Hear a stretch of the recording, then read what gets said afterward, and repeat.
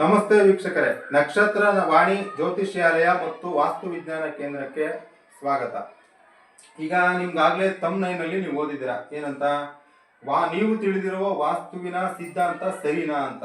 ಹೌದು, ಅದೇ ಆ ವಿಷಯದ ಬಗ್ಗೆನೇ ಇವತ್ತು ನಾವು ವಿಡಿಯೋ ಮಾಡಕ್ ಹೊರಟಿರೋದು. ಏನಂದ್ರೆ, ಇಷ್ಟು ದಿನ ನೀವು ತಿಳಿದಿರುವಂತಹ ವಾಸ್ತು ಪುರಾತನ ವಾಸ್ತು, ಆ ಸಿದ್ಧಾಂತ ಸರಿ ಇಲ್ಲ, ಅದು ವರ್ಕ್ ಆಗಲ್ಲ.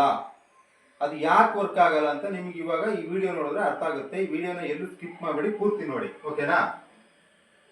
ಸೊ ಈಗ ಈ ಚಾರ್ಟ್ ನೋಡ್ತಾ ಇದ್ದೀರಾ ನೀವು. ಈಗ ನಿಮ್ಗೆ ಏನು ಗೊತ್ತಾಗಲ್ಲ, ಏನಿದು ಚಾರ್ಟು, ನಿಮ್ಗೇನು ಗೊತ್ತಾಗಲ್ಲ. ಓಕೆ, ಇದೇನು ಅಂತ ನಾನು ಹೇಳ್ತೀನಿ. ಅದು ಹೇಳಕ್ಕಿಂತ ಮುಂಚೆ ಒಂದು ಉದಾಹರಣೆ ಕೊಟ್ಟುಬಿಟ್ಟು ಆ ಚಾರ್ಟ್ಗೆ ಹೋದ್ರೆ ಅವಾಗ ನಿಮ್ಗೆ ಅರ್ಥ ಆಗುತ್ತೆ. ಡೈರೆಕ್ಟ್ ಆಗಿ ಹೇಳಿದ್ರೆ ಅರ್ಥ ಆಗಲ್ಲ. ಉದಾಹರಣೆ ತಗೊಂಡು ಹೋಗೋಣ. ಈಗ ನಮ್ಮ ಈ ಭಾರತ ದೇಶದ ಸಂವಿಧಾನವನ್ನ ಬರೆದಿದ್ದೆ BR ಅಂಬೇಡ್ಕರ್ ಅವರು. ಅವ್ರೇನಂತ ಹೇಳಿದ್ದಾರೆ, ರಾಷ್ಟ್ರಪತಿಗಳು ದೇಶದ ಮುಖ್ಯಸ್ಥರಾಗಿರುತ್ತಾರೆ, ಆದರೆ ಅವರು ಸರ್ಕಾರವನ್ನು ಆಳುವುದಿಲ್ಲ. ಸಂಸತ್ ಸದಸ್ಯರಿಗೆ ಹೆಚ್ಚು ಅಧಿಕಾರವಿರುತ್ತದೆ ಅಂತ ಅವ್ರು ಹೇಳಿದ್ದಾರೆ. ಸಂಸತ್ ಸದಸ್ಯರ 2/3 ಜನ ಒಪ್ಪಿದ್ರೆ ಮಾತ್ರ ಯಾವುದೇ ಒಂದು ಕಾನೂನನ್ನು ಅನುಷ್ಠಾನಕ್ಕೆ ತರೋಕ್ಕಾಗೋದು ಅಂತ ಹೇಳಿದ್ದಾರೆ. ಈ ಉದಾಹರಣೆನ ವಾಸ್ತುಗೆ ನಾವು ಅನ್ವಯಿಸ್ಕೋಬೇಕು. ಹೆಂಗಂದ್ರೆ, ವಾಸ್ತು ಪುರುಷ ಮನೆಯ ಮುಖ್ಯಸ್ಥನಾದರೂ ವಾಸ್ತು ಪುರುಷ ಮನೆಯನ್ನ ಆಳುವುದಿಲ್ಲ. ವಾಸ್ತು ಪುರುಷನ ಕೆಳಗಡೆ 32 ಪ್ರತ್ಯತ್ಯ ದೇವತೆಗಳು ಬರ್ತಾರೆ. ಆ 32 ಪ್ರತ್ಯತ್ಯ ದೇವತೆಗಳು ಮನೆಯನ್ನ ಆಳ್ತಾರೆ. ಓಕೆನಾ? ಅದು ಹೆಂಗ್ ಆಳ್ತಾರೆ ಅಂದ್ರೆ, ಈಗ ಶುರು ಮಾಡೋಣ ಬನ್ನಿ. ಇವಾಗ ಲೆಸನ್ಗೆ ಹೋಗೋಣ. ಸೊ ಈಗ ನಿಮ್ದು ಮನೆ ಅಂತ ಇಟ್ಕೊಳ್ಳಿ. ಇದು ನೀವು ತೋರಿಸ್ತೀನಿ ನೋಡಿ. ಜಸ್ಟ್ ಇದು ನಿಮ್ದು ಒಂದು ಮನೆ, ಓಕೆನಾ? ಇದು ನಿಮ್ಮ ಮನೆ. ನಿಮ್ಮ ಮನೆಯಲ್ಲಿ ಏನ್ ಮಾಡಿ ಗೊತ್ತಾ, ಈ ಮೂಲೆಯಿಂದ ಹಿಂಗ್ ಡಾಟ್ ಹಾಕೊಂಡ್ ಬನ್ನಿ. ನೆಕ್ಸ್ಟ್ ಈ ಮೂಲೆಯಿಂದ ಹಿಂಗ್ ಡಾಟ್ ಹಾಕೊಂಡ್ ಬನ್ನಿ. ಏನಾಯ್ತು ಹೇಳಿ, ಇಲ್ಲಿ ಸೆಂಟ್ರ್ ಪಾಯಿಂಟ್ ಬಂತು. ಓಕೆನಾ? ಇದು ಬ್ರಹ್ಮಸ್ಥಾನ. ಪ್ರತಿ ಒಂದು ಮನೆ, ನೀವು ಇಲ್ಲಪ್ಪ ನಾವು ದೊಡ್ಡ ಮನೆ, ಒಂದು ದೊಡ್ಡ ಬಿಲ್ಡಿಂಗು, ದೊಡ್ಡದಾಗಿರ್ಲಿ ಚಿಕ್ಕದಾಗಿರ್ಲಿ, ಒಂದು ಸಣ್ಣ ಸೀಟ್ ಮನೆ, ಒಂದು ಬಾಡಿಗೆ ಮನೆ, ವಾಟ್ ಎವರ್ ಏನಾದ್ರೂ ಆಗಿರ್ಲಿ, ಪ್ರತಿ ಒಂದು ಮನೆಯಲ್ಲೂ ವಾಸ್ತು ಇರುತ್ತೆ. ಪ್ರತಿ ಒಂದು ಮನೆಯಲ್ಲೂ ವಾಸ್ತುವಿನ ಅಧಿದೇವತೆಗಳು ಕೆಲಸ ಮಾಡ್ತಾರೆ. ಈ ಸತ್ಯನ ತಿಳ್ಕೊಳ್ಳಿ. ಚಿಕ್ಕ ಮನೆ ಅಂದ ಮಾತ್ರಕ್ಕೆ ಅಲ್ಲಿ ವಾಸ್ತು ಇರಲ್ಲ, ದೊಡ್ಡ ಮನೆಯಲ್ಲಿ ಮಾತ್ರ ವಾಸ್ತು ಇರುತ್ತೆ. ಇದು ರಾಂಗು, ನೀವು ತಿಳ್ಕೊಂಡಿರೋದು ತಪ್ಪು. ಸೊ ಚಿಕ್ಕ ಮನೆ ಆಗಿರ್ಲಿ ದೊಡ್ಡ ಮನೆ ಆಗಿರ್ಲಿ, ಸೊ ಆ ಮನೆ ಒಳಗಡೆ ನೀವು ವಾಸ ಮಾಡ್ತೀರಲ್ವಾ, ಅದರಲ್ಲಿ ವಾಸ್ತು ಇದ್ದೇ ಇರುತ್ತೆ, ಅಧಿದೇವತೆಗಳು ಇದ್ದೇ ಇರ್ತಾರೆ. ಸೊ ಈ ಮನೆ ಚಿಕ್ಕ ಮನೆನ ದೊಡ್ಡ ಮನೆನ ಒಟ್ಟಲ್ಲಿ ಮನೆ ವಿಸ್ತೀರ್ಣ ಇದು ಅಂತ ತಗೊಳ್ಳಿ. ಸೆಂಟ್ರ್ ಪಾಯಿಂಟ್ ಅಲ್ಲಿ ಬರುತ್ತೆ ಬ್ರಹ್ಮಸ್ಥಾನ. ಈ ಸೆಂಟ್ರ್ ಪಾಯಿಂಟ್ ಅಲ್ಲಿ ಬ್ರಹ್ಮಸ್ಥಾನದಲ್ಲಿ ನೀವು ಮನೆ ಮೆಜರ್ಮೆಂಟ್ ಹಾಕಿದಾಗ ಆ ಸೆಂಟ್ರ್ ಪಾಯಿಂಟ್ ಅಲ್ಲಿ ಯಾವುದೇ ಭಾರವಾದ ವಸ್ತುವನ್ನ ಇಟ್ಟಿರಬಾರ್ದು, ಮತ್ತು ಆ ಸೆಂಟ್ರ್ ಪಾಯಿಂಟ್ ಅಲ್ಲಿ ಯಾವುದೇ ಗೋಡೆ ಬಂದಿರಬಾರ್ದು. ಆಮೇಲೆ ಇದು ಏನೋ ಇದು ಬರುತ್ತೆ, ಏನದು ಭೀಮ್ ಅಂತನೋ ಅಥವಾ ಏನೋ ಇದು ಬರುತ್ತೆ ನೋಡಿ, ಅದು ಬಂದಿರಬಾರ್ದು. ಗೋಡೆ ಆತರ ಏನು ಬಂದಿರಬಾರ್ದು. ಈ ಜಾಗ ಖಾಲಿ ಇರಬೇಕು. ಖಾಲಿ ಇದ್ದಾಗ ಅಲ್ಲಿ ನಿಮ್ಮ ಮನೆಯ ಬ್ರಹ್ಮಸ್ಥಾನ ಚೆನ್ನಾಗಿದೆ. ಅಲ್ಲಿ ಏನಾಗುತ್ತೆ, ಹೇಳಿದ್ನಲ್ಲ 32 ಅಧಿದೇವತೆಗಳು ಅಂತ, ಅವರೆಲ್ಲರೂ ಚೆನ್ನಾಗಿ ಆಕ್ಟಿವೇಟ್ ಆಗ್ತಾರೆ. ಅವ್ರಿಗೆ ಈಗ ಫಾರ್ ಎಕ್ಸಾಂಪಲ್, ಈಗ ಬ್ರಹ್ಮಸ್ಥಾನದಲ್ಲೇ ಏನೋ ಈಗ ಮನೆಯೇ ತಗೊಳ್ಳಿ, ಕರೆಕ್ಟಾಗಿ ಇಲ್ಲಿಗೆ ರೂಮ್ ಮಾಡಿರ್ತೀರ, ಬ್ರಹ್ಮಸ್ಥಾನ ಕರೆಕ್ಟಾಗಿ ಗೋಡೆ ಬಂದಿರುತ್ತೆ. ಆವಾಗ ಏನಾಯ್ತದೆ, ಈ 32 ಪ್ರತ್ಯೇಕ ದೇವತೆಗಳು ಅಂತ ನಾನು ಹೇಳಿದ್ನಲ್ಲ, ಅವ್ರಿಗೆ ಏನಾಗುತ್ತೆ, ಉಸಿರು ಕಟ್ಟಿಸುವ ವಾತಾವರಣ ನಿರ್ಮಾಣ ಆಗುತ್ತೆ. ಅವರು ಸರಿಯಾಗಿ ಅವರ ಫಲಗಳನ್ನ ಸರಿಯಾಗಿ ಕೊಡಲ್ಲ. ಅರ್ಥ ಆಯ್ತಾ? ಬ್ರಹ್ಮಸ್ಥಾನ ಫ್ರೀ ಆಗಿರ್ಬೇಕು, ಖಾಲಿ ಆಗಿರ್ಬೇಕು. ಆವಾಗ ಅಧಿದೇವತೆಗಳೆಲ್ಲ ಆಕ್ಟಿವ್ ಆಯ್ತಾರೆ, ರಿಸಲ್ಟ್ ಕೊಡ್ತಾರೆ. ಅದು ಹೆಂಗ್ ರಿಸಲ್ಟ್ ಕೊಡ್ತಾರೆ ಅಂತ ನಾವು ನೋಡೋಣ. ಸೊ ಇದು ನಮ್ಮ ವಾಸ್ತು ಚಕ್ರ. ಇಲ್ಲ ಬರ್ದಿದ್ದೀನಲ್ಲ, ಇದು ವಾಸ್ತು ಚಕ್ರ. ಈ ವಾಸ್ತು ಚಕ್ರದಲ್ಲಿ ಮನೆಯ ಮಧ್ಯಭಾಗ ಹೇಳಿದ್ನಲ್ಲ, ಇದು ಮಧ್ಯಭಾಗ. ಈ ಮಧ್ಯಭಾಗನೇ ಇದು ಬ್ರಹ್ಮಸ್ಥಾನ. ನೋಡ್ಕೊಳ್ಳಿ, ಮನೆಯ ಮಧ್ಯಭಾಗ ಬ್ರಹ್ಮಸ್ಥಾನ. 32 ಪ್ರತ್ಯೇಕ ದೇವತೆಗಳು ಆಳ್ತಾರೆ ಅಂತ ನಾನು ಹೇಳಿದೆ ಅಲ್ವಾ? ಅದೇನೆ ಇಲ್ಲಿ ನೋಡಿ, ಇಲ್ಲಿಂದ ಸ್ಟಾರ್ಟ್ ಆಗುತ್ತೆ. ಇದು ಪೂರ್ವ ಅಂತ ನಾನು ತಗೊಳ್ಳಿ. ಪೂರ್ವ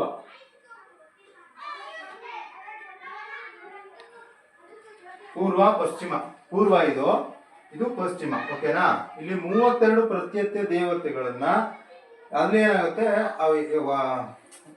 16 ಗುಂಪು, 16 ಆಗ್ತವೆ. 32 ಇರೋದು ಅಂದ್ರೆ ಸಪ್ರೇಟ್ ಆಗಿರಲ್ಲ. 2 ದೇವತೆಗಳು ಒಂದೊಂದು ಮನೆಯನ್ನ ಅವರು ಇದ್ ಮಾಡ್ತಾರೆ. ನೋಡಿ, ಈ ಝೋನ್, ಈ ಒಂದು ವಲಯದಲ್ಲಿ ನೋಡಿ 1, 2 ಒಂದೇ ದೇವತೆ, ಎರಡು ದೇವತೆ, ಮತ್ತೆ ಇಲ್ಲಿ ಎರಡು ದೇವತೆ, 3 4 5 6 7 8 ಇಲ್ಲಿ ಬರ್ಕೊಂಡೋಗಿದ್ದೀನಿ ನೋಡಿ. ಟೋಟಲಿ 32. ಅಂದ್ರೆ ಎರಡೆರಡು ದೇವತೆಗಳು ಒಂದೊಂದು ವಲಯವನ್ನ ಆಳ್ತಾರೆ ನಿಮ್ಮ ಮನೆಯಲ್ಲಿರುವಲ್ಲಿ. 32 ದೇವತೆಗಳು. So 32 zones. ಆ ಝೋನ್ಸ್ ಅಲ್ಲಿ ಅವರು ಇಬ್ರು ದೇವತೆಗಳು ಒಂದು ವಲಯನ ಆಳ್ತಾರೆ. ಓಕೆನಾ? ಅದು ಅದೇ ರೀತಿ ವರ್ಕ್ ಆಗುತ್ತೆ.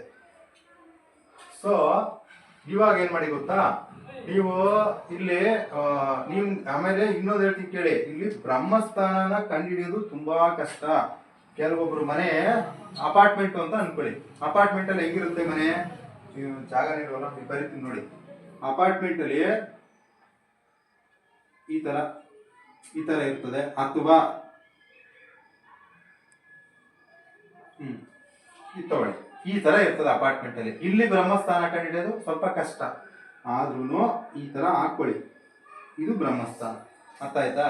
ಈ ತರ ಬ್ರಹ್ಮಸ್ಥಾನನ ಕಂಡುಹಿಡಿಬೇಕು. ನೀಟಾಗಿ ಮೆಜರ್ಮೆಂಟ್ ನೋಡಿ, ಎಷ್ಟು ಟಿಲ್ಟ್ ಆಗಿದೆ ಏನು ಇತ್ತ ಅಂತ ನೋಡ್ಬೇಕು. ಇಲ್ಲಿ ನೋಡಿ, ಇಲ್ಲಿ ವಾಸ್ತು ಚಕ್ರ ಅಂತ ಒಂದು ಐತೆ, ತೋರಿಸ್ತೀನಿ ನೋಡಿ. ನೋಡಿ ಇದು ಇಲ್ಲಿರೋ ವಾಸ್ತು ಚಕ್ರನೇ ನಾನು ಇಲ್ಲಿ ಬರ್ದಿರೋದು. ಓಕೆನಾ? ನಿಮ್ಮ ಮನೆಯ ಬ್ರಹ್ಮಸ್ಥಾನದಲ್ಲಿ ಅಂದ್ರೆ ಸೆಂಟರ್ ಆಫ್ ದ ಹೌಸ್ ಅಲ್ಲಿ ವಾಸ್ತು ಚಕ್ರನ ಇಡಬೇಕು. ಇಟ್ಟು ನಾರ್ತ್ ಕಡೆ ಅಲೈನ್ಮೆಂಟ್ ಮಾಡಬೇಕು. ನೋಡಿ ಇಲ್ಲಿ ನಾರ್ತ್ ಎಲ್ಲಿದೆ, ಸೌತ್, ಈಸ್ಟ್, ವೆಸ್ಟ್. ನೋಡಿ ಇದು ನಾರ್ತ್. ನೋಡಿ ಇಲ್ಲಿ ನಾರ್ತ್ ಐತೆ. ಇದನ್ನ ನಾರ್ತ್ ನಮ್ಗೆ ಯಾವಾಗ್ಲೂ ಈಗ ಪೂರ್ವ ಅದು ಪಶ್ಚಿಮ, ಉತ್ತರ, ನಾರ್ತ್ ಯಾವಾಗ್ಲೂ ಈ ಕಡೆ ಬರುತ್ತೆ. ಈಗ ಬ್ರಹ್ಮಸ್ಥಾನ ಇದು ಅಂದ್ರೆ ನಾರ್ತ್ ಇದು ಈ ತರಾನೇ ಇಕ್ಬೇಕು. ಈ ತರ ಇಕ್ಬಿಟ್ಟು ದಿಕ್ಸೂಚಿ ಇದೆ, ಎಕ್ಸಾಕ್ಟ್ ಆಗಿ ನಮಗೆ ನಾರ್ತೆ ಬೇಕು. ಯಾಕೆಂದ್ರೆ ಇದು ತುಂಬಾ ಸೂಕ್ಷ್ಮವಾಗಿ ನೋಡ್ಬೇಕಾದಂತ ವಿಷಯ, ತುಂಬಾ ರಿಸಲ್ಟ್ ಬರುತ್ತೆ. ಓಕೆನಾ? ಅಂದ್ರೆ ಫಾರ್ ಎಕ್ಸಾಂಪಲ್ ನಿಮ್ಗೆ MRI ಸ್ಕ್ಯಾನ್ ಮಾಡಿದ್ರೆ ಏನ್ ಮಾಡ್ತಾರೆ ಹೇಳಿ, ಸೂಕ್ಷ್ಮವಾಗಿ ನೋಡಿ ಇಂಥ ಪಾಯಿಂಟೇ ಡ್ಯಾಮೇಜ್ ಆಗಿದೆ ಅಂತ ಹೇಳುತ್ತೆ. ಅದೇ ತರ ಇದು ಕ್ಲಿಯರ್ ಅಂಡ್ ಕಟ್. ಇದು ಸುಮ್ಮನೆ ಪುರಾತನ ವಾಸ್ತು ಹಂಗೆ ಹಿಂಗೆ ಈ ತರ ಒಡಂಬಡಿಕೆ ಏನಿಲ್ಲ. ಇದರಲ್ಲಿ ರಿಯಲ್ 100% ರಿಸಲ್ಟ್ ಬಂದೇ ಬರುತ್ತೆ. ಓಕೆನಾ? ಇಲ್ಲಿ ಕರೆಕ್ಟ್ ಆಗಿ ಸೆಂಟ್ರ್ ಪಾಯಿಂಟ್ ಅಲ್ಲಿ ನೀವು ದಿಕ್ಸೂಚಿಯನ್ನ ಇಟ್ಟುಬಿಟ್ಟು ನಾರ್ತ್ಗೆ ಅಲೈನ್ಮೆಂಟ್ ಮಾಡಿ, ನಿಮ್ಮ ಮನೆ ಸೆಂಟ್ರ್ ಪಾಯಿಂಟ್ಗೆ ಅಲೈನ್ಮೆಂಟ್ ಮಾಡಿ, ಇಲ್ಲಿ ಸೇಮ್ 32 ಝೋನ್ಸ್ಗಳು ಬರ್ತವೆ. ಅಲ್ಲಿ ನೀವೇನ್ ಮಾಡಬೇಕು, ಲೇಸರ್ ಇಟ್ಟು ಮಾರ್ಕ್ ಮಾಡಬೇಕು. ಓಕೆನಾ? ಸೊ ಲೇಸರ್ ಇಟ್ಟು ಮಾರ್ಕ್ ಮಾಡಬೇಕು. ಈಗ ನೋಡಿ, ಅದೇ ನಿಮ್ಮ ಮನೆಗೆ ಬಂದಿದ್ದೀನಿ ಅಂತ ಅನ್ಕೊಳ್ಳಿ, ಬ್ರಹ್ಮಸ್ಥಾನ ಕಂಡುಹಿಡಿದಿದ್ದೀನಿ. ಸೊ ಈ ವಾಸ್ತು ಚಕ್ರ ಬ್ರಹ್ಮಸ್ಥಾನದಲ್ಲಿ ಇಕ್ಕಿದ್ದೀನಿ, ನಾರ್ತ್ ಕಡೆ ಅಲೈನ್ಮೆಂಟ್ ಮಾಡಿದ್ದೀನಿ. ಇದು ಪೂರ್ವ, ಪಶ್ಚಿಮ, ಇದು ಉತ್ತರ,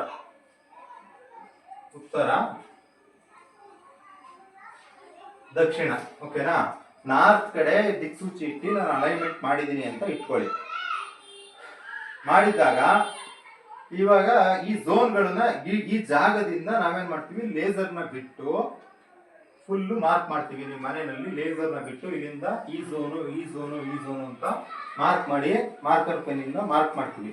ಅದರಲ್ಲಿ ಏನೇನು ವಿಶೇಷತೆ ಇದೆ ಅಂತ ಈಗ ನಿಜವಾಗ್ಲೂ ಸೀರಿಯಸ್ ಆಗಿ ಇಲ್ಲಿ ತಗೊಳ್ಳಿ. ಏನ್ ಗೊತ್ತಾ, ಮಾರ್ಕ್ ಮಾಡಿದಾಗ ಇಲ್ಲಿ ಪಬ್ಲಿಕ್ ಝೋನ್ ಅಂತ ಬರುತ್ತೆ. ಆ ವಾಸ್ತು ಚಕ್ರ ಆಯ್ತಲ್ಲ, ಅದರಲ್ಲಿ ಕ್ಲಿಯರ್ ಆಗಿ ಕೊಟ್ಟಿದ್ದೀವಿ. ಇಲ್ಲಿ ಏನ್ ಮಾಡುತ್ತೆ, ಪಬ್ಲಿಕ್ ಝೋನ್ ಅಂತ ಬರುತ್ತೆ. 32 ಪ್ರತ್ಯೇಕ ದೇವತೆಗಳನ್ನಲ್ಲ, ಅದರಲ್ಲಿ ಆ ಪ್ರತ್ಯೇಕ ದೇವತೆಗಳು ಯಾವ್ಯಾವ ಅಂತ ಇಲ್ಲಿ ಇದೆ, ಅದನ್ನ ಹೇಳಕ್ ಟೈಮ್ ತಗೊಳುತ್ತೆ. ಸೊ ಅದನ್ನ ಇನ್ನೊಂದಿನ ಹೇಳ್ತೀನಿ. ಸೊ 32 ದೇವತೆಗಳಲ್ಲಿ 2 ದೇವತೆಗಳು ಈ ವಲಯವನ್ನು ಆಳ್ತವೆ, ಇನ್ನೆರಡು ದೇವತೆಗಳು ಈ ವಲಯನ ಆಳ್ತವೆ, ಇನ್ನೆರಡು ದೇವತೆಗಳು ಈ ವಲಯವನ್ನು ಆಳ್ತವೆ. ಓಕೆನಾ?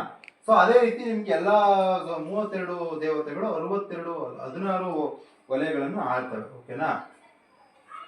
ಈಗ ನಿಮ್ಮ ಮನೆಯಲ್ಲಿ ಪಬ್ಲಿಕ್ ಝೋನ್ ನಾವು ಬರ್ತೀವಿ, ಮಾರ್ಕ್ ಮಾಡ್ತೀವಿ ಅಂತ ತಗೊಳ್ಳಿ. ಪಬ್ಲಿಕ್ ಝೋನ್, ಈ ಪಬ್ಲಿಕ್ ಝೋನು ಏನಕ್ಕೆ ಯೂಸ್ ಅಂದ್ರೆ, ನೀವು ಸಾರ್ವಜನಿಕವಾಗಿ ಬೇರೆಯವ್ರ ಹತ್ರ ಮಾತಾಡೋಕ್ಕೆ, ಪಬ್ಲಿಕ್ ರಿಲೇಶನ್ಶಿಪ್ ಮೇಂಟೈನ್ ಮಾಡೋದಕ್ಕೆ ಈ ಜಾಗ ತುಂಬಾ ಪ್ರೋತ್ಸಾಹಕಾರಿಯಾಗಿರುತ್ತೆ, ತುಂಬಾ ನಿಮ್ಗೆ ಹೆಲ್ಪ್ ಮಾಡುತ್ತೆ. ಆ ಜಾಗದಲ್ಲಿ ಕುತ್ಕೊಂಡು ಪಬ್ಲಿಕ್ ರಿಲೇಟೆಡ್ ಏನೇ ಕೆಲಸ ಮಾಡಿದ್ರು ನಿಮ್ಗೆ ಸಕ್ಸಸ್ ಆಗಿ ಆಗುತ್ತೆ. ಓಕೆನಾ? ಒಂದು ವರಿ ಝೋನ್ ಅಂತ ಬರುತ್ತೆ ನೋಡಿ, ವರಿ ಝೋನ್.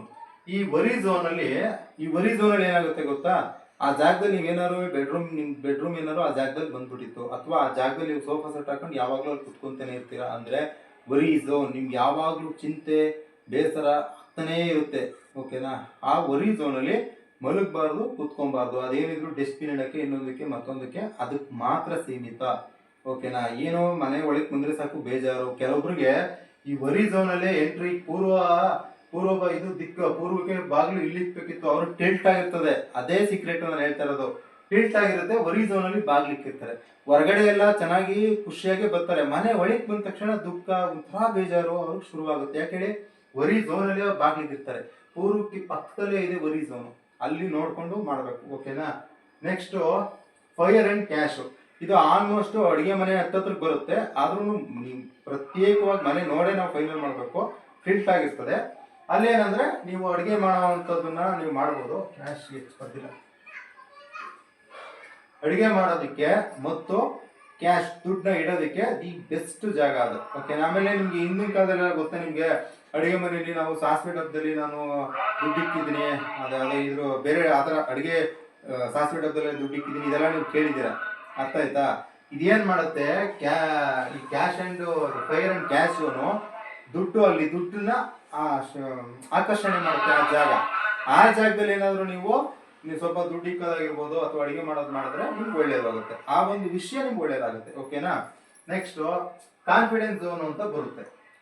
ಕಾನ್ಫಿಡೆನ್ಸ್ ಝೋನ್ ಅಲ್ಲಿ ನಿಮ್ಗೆ ಜೀವನದಲ್ಲಿ ಮೋಟಿವೇಶನ್ ಇಲ್ಲ, ಕಾನ್ಫಿಡೆನ್ಸ್ ಇಲ್ಲ, ಏನ್ ಮಾಡಕ್ಕೂ ಮನ್ಸಿಲ್ಲ. ಕಾನ್ಫಿಡೆನ್ಸ್ ಝೋನ್ ಅಲ್ಲಿ ನೀವು ಮಲ್ಕೊಳ್ಳಿ ಅಥವಾ ಕೂತ್ಕೊಳ್ಳಿ, ಅದು ಬೇರೆ ಏನಾದರೂ ಆಕ್ಟಿವಿಟೀಸ್ ಎಲ್ಲ ಮಾಡ್ತಾ ಬಂದಾಗ ವಿತಿನ್ 3 ತಿಂಗಳು ಒಳಗಡೆ ನಿಮಗೆ ಕಾನ್ಫಿಡೆನ್ಸ್ ಬರುತ್ತೆ. ಆಯ್ತಾ? ಇದು ರಿಸಲ್ಟ್ ಬಂದೇ ಬರುತ್ತೆ. Next fame.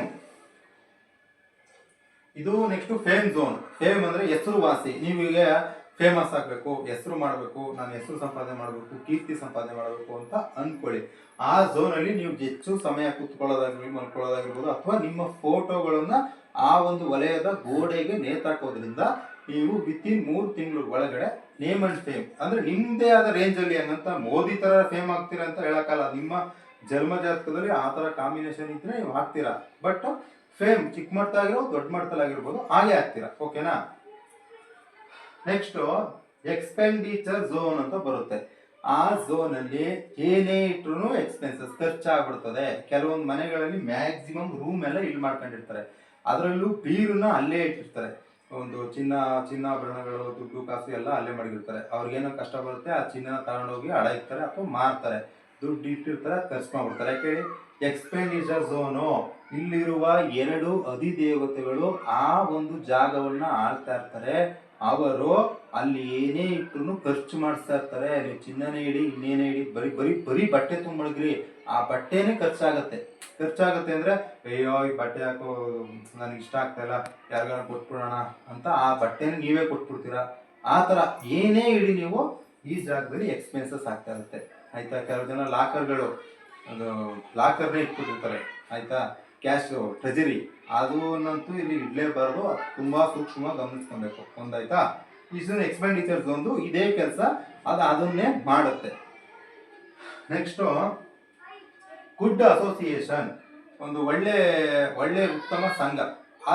ಈ ಝೋನಲ್ಲಿ ಏನ್ ಗೊತ್ತಾ, ನಿಮ್ ಫ್ಯಾಮಿಲಿ ಫೋಟೋಗಳು ಹಾಕೊಳ್ಳಿ, ನೀವು ಹೆಂಡತಿ ಮಕ್ಕಳು, ಮಾವ, ಅತ್ತೆ ಮಾವ, ಒಂದು ಒಳ್ಳೆ ಸಂಘ, ಗುಡ್ ಅಸೋಸಿಯೇಷನ್. ಆ ಜಾಗದಲ್ಲಿ ಒಂದು ಕೂತ್ಕೊಂಡು ಚರ್ಚೆ ಮಾಡಿ, ಮಾತಾಡಿ, ಸೇರಿ ಒಂದೊಳ್ಳೆ ಫೋಟೋ ಹಾಕೊಳ್ಳಿ, ಅವ್ರದ್ದು ಗ್ರೂಪ್ ಫೋಟೋ ಹಾಕೊಳ್ಳಿ. ಅವ್ರ ಮಧ್ಯೆ ಎಲ್ಲ ಉತ್ತಮವಾದ ಸಂಬಂಧ ಇರ್ತದೆ, ಜಗಳಗಳು ಏರ್ಪಡಲ್ಲ. ಇದೊಂದು ಒಳ್ಳೆ ವಲಯ, ಸಂಬಂಧಗಳನ್ನ ರೂಪಿಸೋಕೆ ಒಳ್ಳೆ ವಲಯ. ಇದನ್ನ ಆ ಒಂದು ವಲಯ ಅದನ್ನ ಹೈಲೈಟ್ ಮಾಡಿ ಕೊಡುತ್ತೆ. Okay. Next education and savings. ಮಕ್ಕಳು ಓದ್ತಾ ಇಲ್ಲ, ಅವ್ರು ಏನ್ ಮಾಡ್ತಾರೆ, ಓದ್ತಾ ಇಲ್ದಿರೋ ಮಕ್ಳು ಏನ್ ಮಾಡ್ತಾರೆ ಗೊತ್ತಾ ನಿಮ್ಗೆ, ಇಲ್ಲಿ ತೋರಿಸ್ತೀನಿ ನೋಡಿ. ಎಂಜಾಯ್ಮೆಂಟ್ ಝೋನಲ್ಲಿ ಇರ್ತಾರೆ. ಅವ್ರಿಗೇನಂದ್ರೆ ಓದಕ್ಕೆ ಆಸಕ್ತಿ ಇರಲ್ಲ, ಗೇಮ್ ಮಾಡಬೇಕು, ಮೊಬೈಲ್ ಯೂಸ್ ಮಾಡಬೇಕು, ಈ ತರ ಮಾಡ್ತಾರೆ.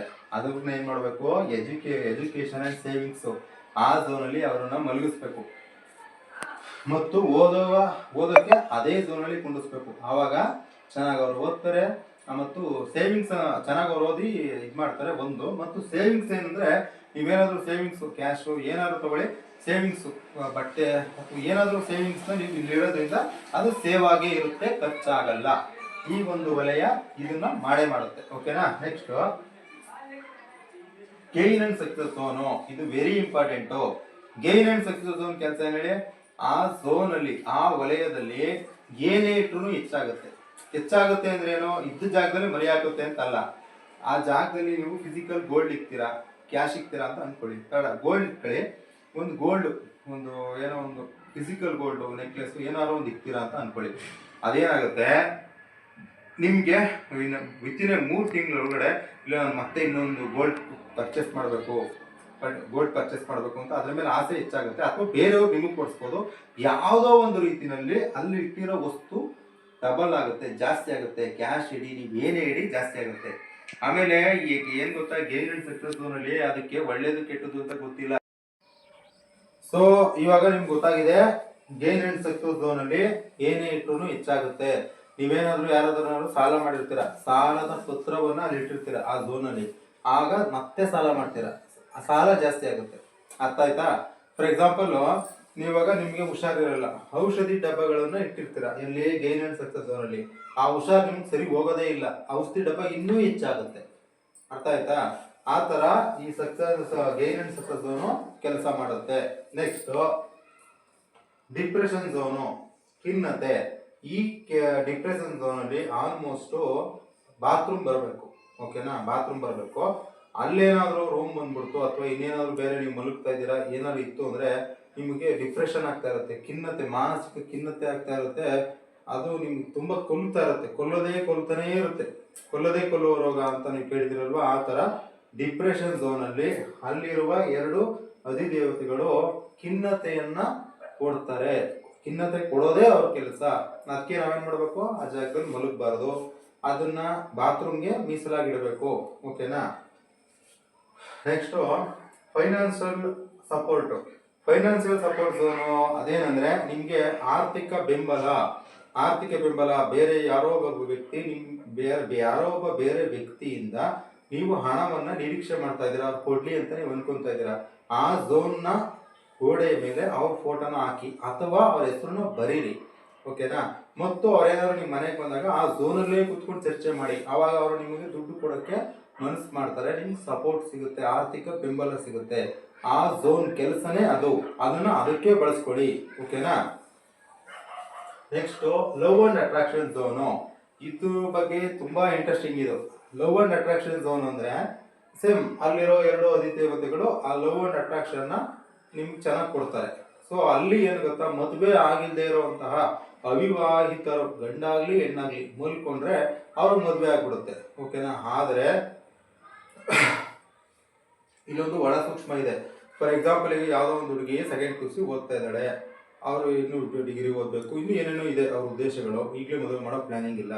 ಅವ್ರು ಗೊತ್ತಿದ್ದಾನೋ ಆ ಹುಡುಗಿನ ಲವ್ ಅಂಡ್ ಅಟ್ರಾಕ್ಷನ್ ಝೋನಲ್ಲಿ ಅವರು ಮಲಗಿಸ್ಬಿಡ್ತಾರೆ, ಅಥವಾ ಹುಡುಗಿ ಅಲ್ಲೇ ಮಲಗ್ತಾ ಇರ್ತಾಳೆ. ಅವಳೇನ್ ಮಾಡ್ತಾಳೆ, ವಯಸ್ಸಲ್ಲದ ವಯಸ್ಸಿನಲ್ಲಿ, ಟೈಮ್ ಅಲ್ಲದ ಟೈಮಲ್ಲಿ ಲವ್ ಅಂಡ್ ಅಟ್ರಾಕ್ಷನ್ಗೆ ಬಿದ್ದು ಬೇರೊಬ್ಬ ಹುಡುಗನ ಜೊತೆ ಓಡೋಗ್ಬಿಡ್ತಾಳೆ.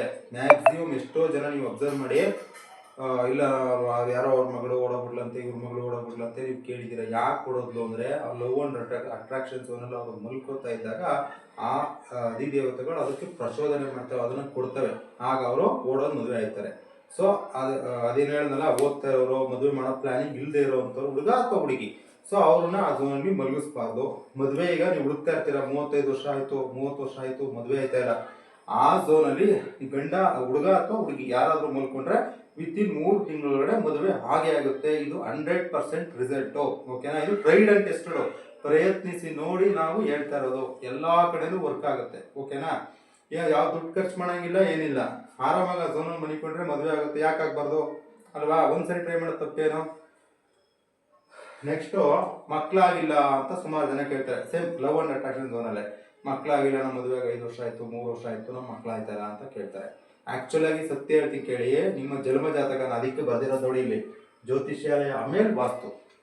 ಜ್ಯೋತಿಷ್ಯ ಅಂದ್ರೆ ನಮ್ಮ ಜನ್ಮ ಕುಂಡಲಿಯಲ್ಲಿ ನಮ್ಮ ಮಕ್ಕಳಾಗುವಂತಹ ಒಂದು ಕಾಂಬಿನೇಷನ್ ಇದ್ರೆ ಈಸಿಯಾಗಿ ಮಕ್ಕಳಾಗ್ಬಿಡುತ್ತೆ. ಅದಕ್ಕೆ ಝೋನ್ ಅವಶ್ಯಕತೆ ಇಲ್ಲ. ಅಲ್ಲಿ ಮಕ್ಕಳಾಗೋ ಭಾಗ್ಯನೇ ಇರಲ್ಲ, ಆವಾಗ ಸೆಕೆಂಡ್ ಆಪ್ಷನ್ ವಾಸ್ತು ಮಗುವನ್ನ ಕೊಟ್ಬಿಡುತ್ತೆ. ನಾವು ವಾಸಿಸುವ ಜಾಗದ ದೇವತೆಗಳು ನಮಗೆ ಮಗುವನ್ನ ಕೊಡೋಕ್ಕೆ ಪ್ರಚೋದನೆ ಮಾಡ್ತವೆ. ನಿಮಗೆ ಮಕ್ಕಳಾಗಂಗಿದ್ರೆ ಅಲ್ಲೇ ಆಗ್ಬೇಕಿತ್ತು. ಜ್ಯೋತಿಷ್ ಪ್ರಕಾರ ನಿಮ್ಗೆ ಹಣೆ ಬರದಲ್ಲಿದ್ರೆ ಅಲ್ಲೇ ಆಗ್ಬೇಕಿತ್ತು. ಅಲ್ಲಾಗಿಲ್ಲ, 3 ವರ್ಷ ಆಯ್ತು, 5 ವರ್ಷ ಆಯ್ತು, ಮಕ್ಕಳಾಗಿಲ್ಲ ಅಂದಾಗ ನಿಮ್ಗೆ ಸೆಕೆಂಡ್ ಆಪ್ಷನ್ ಏನು ಹೇಳಿ, ನಿಮ್ಮ ಮನೆ, ನಿಮ್ಮದೇ ಮನೆ, ನಿಮ್ಮದೇ ದೇಹ. ಮಕ್ಕಳಾಗಿಲ್ಲ ಅಂದ್ರೆ ಗಂಡ ಹೆಂಡತಿ ಈಗ ಮದುವೆ ಆಗಿರ್ತಾರೆ, 3-4 ವರ್ಷ, 5 ವರ್ಷ ಏನೋ ಆಗಿರುತ್ತೆ, ನ್ಯಾಚುರಲ್ ಆಗಿ ಅವ್ರಿಗೆ ಮಕ್ಕಳಾಗಿರಲ್ಲ. ಆವಾಗ ಗಂಡ ಹೆಂಡತಿರೋ ಲವ್ ಅಂಡ್ ಅಟ್ರಾಕ್ಷನ್ ಝೋನಲ್ಲಿ ಮಲ್ಕೊಂಡು ಅವರು ಲೈಂಗಿಕ ಕ್ರಿಯೆಯನ್ನ ನಡೆಸಿದಾಗ ಅವ್ರಿಗೆ ವಿತಿನ್ 3 ತಿಂಗಳೊಳಗೆ ಆ ಹುಡುಗಿ ಗರ್ಭ ಧರಿಸ್ತಾಳೆ. ಇದು 200% ಸತ್ಯ. ನಾವು ಎಷ್ಟೋ ಒಂದು ಮನೆಗಳಿಗೆ ಹೋಗಿ ಲವ್ ಅಂಡ್ ಅಟ್ರಾಕ್ಷನ್ ಝೋನ್ ಅನ್ನ ನಾವು ಹಾಕೊಟ್ಬಿಟ್ಟಿದೀವಿ, ಅವ್ರ ರಿಸಲ್ಟ್ ಬಂದಿದೆ, ಎಲ್ಲರೂ ಕನ್ಸೀವ್ ಆಗಿದ್ದಾರೆ. ಇದು 200% ಸತ್ಯ. ಮಕ್ಕಳು ಏನು ಲವ್ ಅಂಡ್ ಅಟ್ರಾಕ್ಷನ್ ಝೋನ್ ಅಲ್ಲಿ ಮಕ್ಕಳು ಹಾಗೇ ಆಗುತ್ತೆ ಮತ್ತು ಮದುವೆ ಹಾಗೆ ಆಗುತ್ತೆ. ಇದು ತುಂಬಾ ನೆನ್ಪಿಟ್ಕೊಳ್ಳಿ, ಓಕೆನಾ.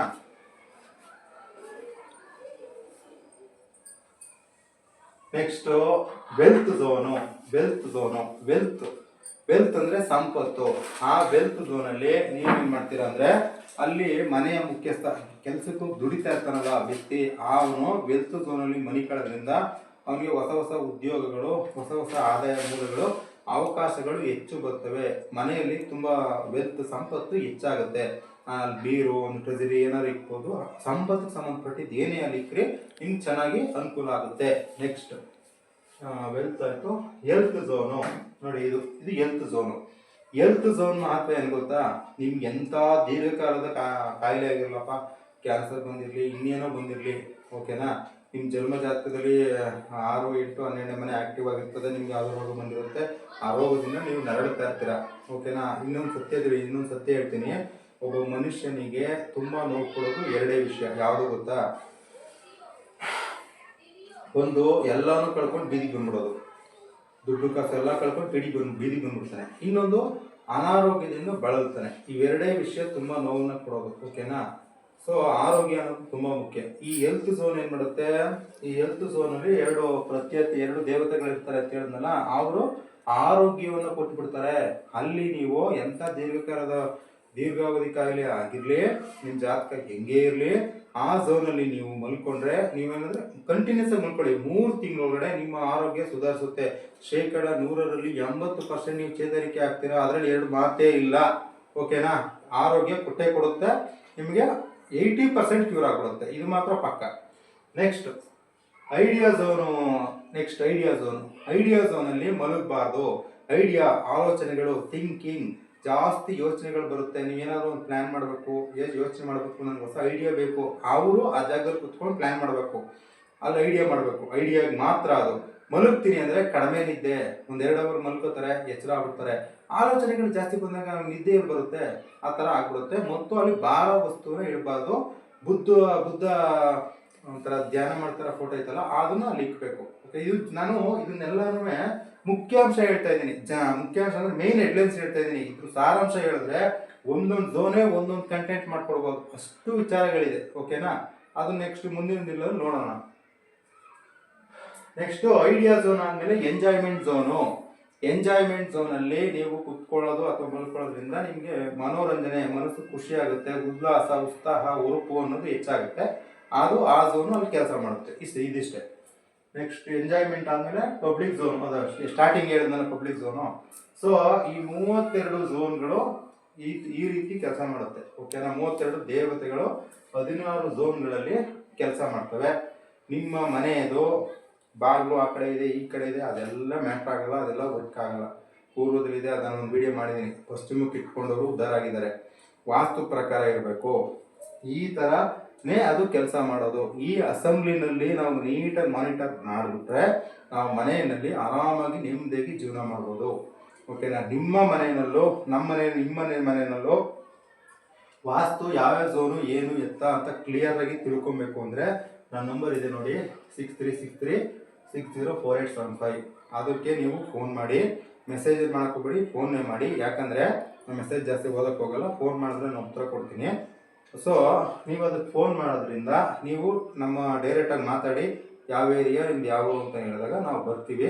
ಆಮೇಲೆ ನಮ್ಮ ಕನ್ಸಲ್ಟೇಷನು ಫ್ರೀ ಇರೋದಿಲ್ಲ, ಒಂದು ಸಣ್ಣ ಫೀಸ್ ಇರುತ್ತೆ, ದೊಡ್ಡ ಫೀಸ್ ಏನೂ ಇಲ್ಲ.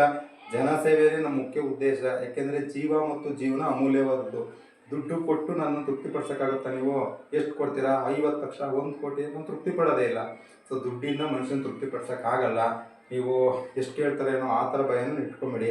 ಒಂದು ಸಣ್ಣ ಫೀಸ್ ಇರುತ್ತೆ, ನೀವು ಅದನ್ನು ಫೋನ್ ಮಾಡಿ ಫಸ್ಟ್ ಮಾತಾಡಿ, ನಿಮ್ದು ಏನು ಅಂತ ಮಾತಾಡಿ. ಅದು ನನ್ನ ಫೀಸ್ ಎಷ್ಟು ಅಂತ ಹೇಳ್ತೀನಿ. ಅದು ನಿಮ್ಗೆ ಇಷ್ಟ ಆದರೆ ನಿಮ್ಮ ಮನೆಗೆ ಬಂದು ವಾಸ್ತು ಚಕ್ರನ ಇಟ್ಟು ಅಲೈನ್ಮೆಂಟ್ ಮಾಡಿ ನಾವು ಲೇಸರ್ ಮಾಡಿ ಕ್ಲಿಯರಾಗಿ ನಿಮಗೆ ಒಂದು 3 ಅವರ್ ಕೆಲಸ ಹಿಡಿತದೆ. ಅದನ್ನೆಲ್ಲ ಮಾಡಿ ಫೈನಲಾಗಿ ಇದು ಮಾಡಿಕೊಡ್ತೀನಿ. ಇದು ಮಾಡಿಬಿಟ್ಟಾಗ ನೀವು ಯಾವುದೇ ಹೋಮ ಮಾಡಿಸ್ಬೇಕಾಗಿಲ್ಲ, ಇನ್ನೊಂದು ಮಾಡಿಸ್ಬೇಕಾಗಿಲ್ಲ. ನಿಮ್ಮ ಸರ್ವ ಸಮಸ್ಯೆಗೂ ವಾಸ್ತುನೇ ಉತ್ತರ ಕೊಡುತ್ತೆ. ಇನ್ನೊಂದು ಹೇಳ, ನಿಮ್ಮ ಜನ್ಮ ಜಾತಕ ಚೆನ್ನಾಗಿದ್ರೆ ಸಮಸ್ಯೆ ಬರಲ್ಲ. ವಾಸ್ತು ಹೆಂಗೆ ಇದ್ರೂ ನಿಮ್ಮ ಜೀವನ ಚೆನ್ನಾಗಿರುತ್ತೆ. ಅಲ್ಲಿ ಪ್ರಾಬ್ಲಮ್ ಆಗಿದ್ರೇ ನೀವು ಇಲ್ಲಿ ಸಿಗಾಕೊಳ್ಳೋದು. ನೀವು ಅಲ್ಲಿ ಸಾಲ್ವ್ ಮಾಡೋಕ್ಕಾಗಲ್ಲ, ಇಲ್ಲಿ ಸಾಲ್ವ್ ಮಾಡ್ಬೋದು. ಓಕೆನಾ? ಇಷ್ಟು ಹೇಳ್ತಾ ನಾನು 2 ಮಾತನ್ನು ಮುಗಿಸ್ತಾ ಇದ್ದೀನಿ. ನಿಮ್ಗೆ ಏನಾದರೂ ಡೌಟ್ಸ್ ಇದ್ದರೆ ಫೋನ್ ಮಾಡಿ, ಅಥವಾ ನಿಮ್ಗೆ ಏನಾದರೂ ಹೇಳಬೇಕು ಅಂತ ಅನಿಸಿದ್ರೆ ಕಮೆಂಟ್ ಮಾಡಿ. ಓಕೆನಾ? ನಮಸ್ಕಾರ ವೀಕ್ಷಕರೇ.